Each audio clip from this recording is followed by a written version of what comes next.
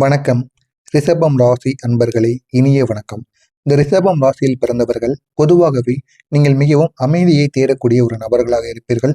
சண்டை, சச்சரவு, வீண் வாக்குவாதங்கள் எதுவும் எனக்கு தேவை கிடையாது. எனக்கு தேவை ஒரு நல்ல ஒரு வாழ்க்கை, ஒரு அமைதியான ஒரு இடம். இது இருந்தால் போதும், என்னுடைய வாழ்க்கையை நான் வாழ்ந்து கொண்டு போய்விடுவேன் என்று கூறக்கூடிய ஒரு நபர்களாக இந்த ரிஷபம் ராசி அன்பர்கள் எப்பொழுதுமே இருப்பீங்க. ஆனால் அவர்கள் ஒருவரிடம் பேசும் பொழுது மரியாதையுடன் பேசக்கூடிய ஒரு நபர்களாக இருப்பாங்க. யாரையும் காயப்படுத்த வேண்டும் என்ற ஒரு எண்ணமானது உங்களுக்குள்ள கிடையவே கிடையாது. மற்றவங்க உங்களை காயப்படுத்தலாம், ஆனால் நீங்கள் ஒருபோதும் மற்றவங்களை காரணம் இல்லாமல் காயப்படுத்த மாட்டீங்க. அவங்களுடைய மனசு நோகும்படியும் நீங்கள் பேச மாட்டீர்கள். இப்படிப்பட்ட ஒரு நபர்களாகத்தான் இந்த ரிஷபம் ராசி அன்பர்கள் எப்பொழுதும் இருப்பார்கள். ஆனால் ஒரு விசித்திரமான ஒரு விஷயம் என்னவென்றால், பல ரிஷபம் ராசி அன்பர்கள் ஒரு விஷயத்தை அடிக்கடி சொல்லிக் கொண்டே இருப்பார்கள். நான் யாரிடம் பேசினாலும் எப்படி அந்த ஒரு பேச்சு சண்டையில் முடிகிறது என்று எனக்கே புரியவில்லை. இருந்தாலும் நான் யாரிடமும் அவ்வளவா பேச மாட்டேன் அப்படின்னு கூறக்கூடிய ஒரு நபர்களாக இருப்பீங்க. நீங்க பேசுறதே மற்ற நபர்களிடம் 1-2 வார்த்தைகள் தான் பேசுவீங்க.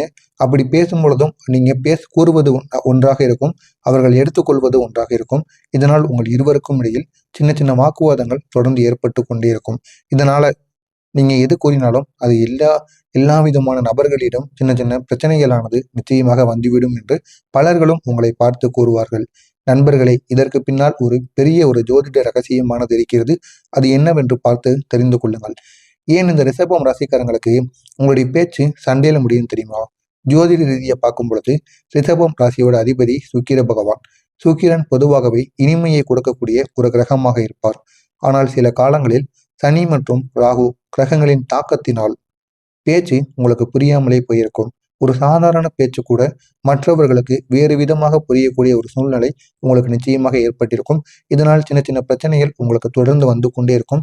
ஆனால் இந்த கடந்த 2-3 மாதங்களாகவே மிக பெரிய அளவுக்கு கஷ்டங்களும் கொடுமைகளும் உங்களுக்கு உங்களுடைய பேச்சினால் நிச்சயமாக ஏற்பட்டிருக்கணும். இதற்கு உதாரணமாக கூறணும் அப்படின்னா, உதாரணம் 1, நீங்கள் ஒருவரிடம் நல்ல மனதுடன் ஒரு ஆலோசனை கூறுவீங்க. நீங்க அவங்க நல்லா இருக்கணும்னு நினைச்சு கொண்டுதான் கூறுவீங்க.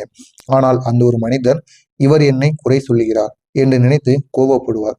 இதனால ஒரு சாதாரண உரையாடல் கூட உங்களுக்கு சண்டையாக மாறிவிடும். இதனால் நீங்கள் யாரிடம் எது கூறினாலும் சரி, நல்லதுக்கு கூறினால் கூட இந்த ஒரு நேரத்தில் உங்களுக்கு காலம் இல்லாமல் போய்விட்டது.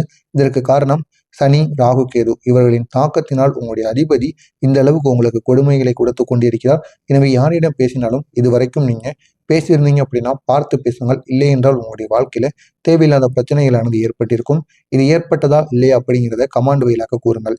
2வது உதாரணம் என்ன தெரியுமா? உங்களுடைய வேலை இடத்துல நீங்க நேர்மையாக ஒரு விஷயத்தை கூறுவீங்க, கூறி இருப்பீங்க. ஆனால் அந்த ஒரு நேர்மை முதலாளிகளுக்கு பிடிக்காமல் போயிருக்கும். ஏன் அப்படின்னா, முதலாளிகள் எப்படி லாபத்தை பார்க்கலாம் நினைத்து கொண்டு இருப்பாங்க. நீங்க அந்த ஒரு இடத்தில் போயிட்டு நேர்மையாக பேசும்பொழுது உங்களுக்கும் முதலாளிக்கும் இடையில சின்ன சின்ன வாக்குவாதங்கள் ஏற்படும். அவர் மனதில் இந்த ஒரு மனிதர் என்னை எதிர்க்கிறார் என்று நினைத்து கொண்டிருப்பார். இதனால உங்களுக்கும் அவர்களுக்கும் இடையில தேவையில்லாத பிரச்சனைகள் ஏற்பட்டு நீங்கள் அந்த ஒரு வேலையை விட்டு செல்வதற்குமான வாய்ப்பு நிச்சயமாக ஏற்படும். இதுவும் உங்களுடைய வாழ்க்கையில சிலருக்கு ஏற்பட்டிருக்கும், இல்லது ஏற்படலாம். ஏற்படுகின்ற அளவுக்கு கூட போயிருக்கலாம். நிச்சயமாக இதுவும் நடந்திருக்கும். அடுத்ததாக வேலையிடத்தில் சில பிரச்சனைகள் உங்களுக்கு ஏற்பட்டிருக்கும்.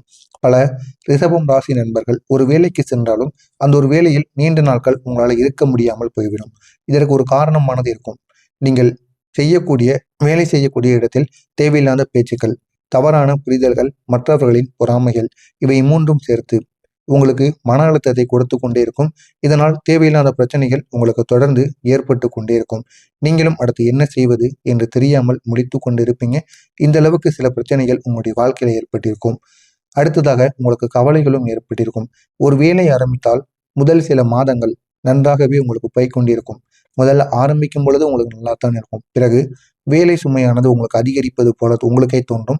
உங்களிடம் மட்டும் வேலை வாங்குவது போல உங்களுக்கு தோன்றும். பாராட்டுகள் உங்களுக்கு கிடைக்காமல் இருக்கும். ஆனால் நீங்க அதுக்காக எவ்வளவோ வேர்வை சிந்தி உங்களுடைய உழைப்பை முழுவதையும் போட்டு கொண்டிருப்பீங்க. ஆனால் உங்களுக்கான ஒரு பாராட்டு உங்களுக்கு கிடைக்காமல் இருக்கும். இதனால் உங்களுடைய மனநிலையானது பாதிக்கப்படுவதற்கும் வாய்ப்பு நிச்சயமாக இருக்கும். அடுத்ததாக முதலாளிகள் உங்களுக்கு செய்த சில துரோகங்கள் இருக்கு. இதைத்தான் உங்களால மறக்கவே முடியாது. இந்த ரிஷபம் ராசி ஆண்கள், பெண்கள் என அனைவரின் வாழ்க்கையிலும் உங்களுடைய வாழ்க்கையில ஒரு முக்கியமான ஒரு அனுபவமாகவே இது நிச்சயமாக இருக்கும். ஒரு முதலாளி உங்களை மிகவும் நம்பிக்கை அளித்து வைத்துக் கொண்டிருப்பார். அவர் உங்களுடனே அவர் அவர் கூடவே வச்சிருப்பார். எங்க சென்றாலும் கூட்டு போறது, எந்த வேலைனாலும் உங்கள்கிட்ட கொடுக்கறது, அனைவரையும் விடவும் உங்களுக்கு பணத்தை அதிகமாக தூக்கி கொடுப்பது, உங்கள் மீது மட்டும் பாசத்தை காட்டுவது என எல்லா விதமான செயல்களையும் உங்களுக்கு செய்து கொண்டு இருப்பார். ஆனா நீங்க இந்த ஒரு நேரத்துல அவருக்காண்டி உண்மையா இருக்கணும், விசுவாசமா இருக்கணும். நீங்க நினைத்து கொண்டு வேலை பார்த்து கொண்டு இருப்பீங்க. நீங்கள் நீங்கள் தான் எனக்கு எல்லாமே மனிதர் என்று கூட சொல்லியிருப்பார். உன்னை மட்டும் எனக்கு யாருமே கிடையாது, நம்பிக்கையான மனுஷன் அப்படின்னு கூட அவர் உங்களுக்கு நிச்சயமாக சொல்லியிருப்பார். அந்த வார்த்தைகளை நம்பி நீங்கள் முழு மனதுடன் அவருக்காண்டி உங்களுடைய உயிரை கொடுக்குற அளவுக்கு உங்களுடைய உழைப்பை நீங்க போட்டு கொண்டிருப்பீங்க. ஆனால் இந்த ஒரு நேரத்திலெல்லாம் ஒரு பெரிய ஒரு ட்விஸ்டானது இருக்கும். அந்த ஒரு முதலாளி ஒரு வகையான பாசக்கயிறை போட்டு உங்கள் மீது வச்சிருப்பார். அதாவது உங்களை பாராட்டுவது போல பாராட்டுவது, உங்களை நம்பிக்கைக்கு அளிப்பது போல அளிப்பது, உங்களிடம் மட்டும் வேலை கொடுப்பது. எதனால் நீங்கள் அவரை கண்மூடித்தனமாக நம்பியிருப்பீங்க. ஆனால் அந்த ஒரு கண்மூடித்தனம் இந்த ஒரு நேரத்தில் ஒரு பெரிய ஒரு பிரச்சனையவே உங்களுக்கு ஏற்படுத்தியிருக்கும். ஆனால் ஒரு காலகட்டத்தில் அதே முதலாளி திடீரென்று மாறியிருப்பார். ஒரு நாள் ஒரு சிறிய காரணம் கூறி உங்களை வேலையிலிருந்து விலக்கியிருப்பார். ஏன் அப்படின்னா உங்களுடைய தேவையானது முடிந்து விட்டது. அந்த ஒரு நேரத்தில் உங்களுக்கு மிகவும் பெரிய ஒரு அதிர்ச்சியானது ஏற்படும். இது நிச்சயம் உங்களுக்கு ஏற்படலாம், இல்லைன்னா ஏற்பட்டிருக்கும்.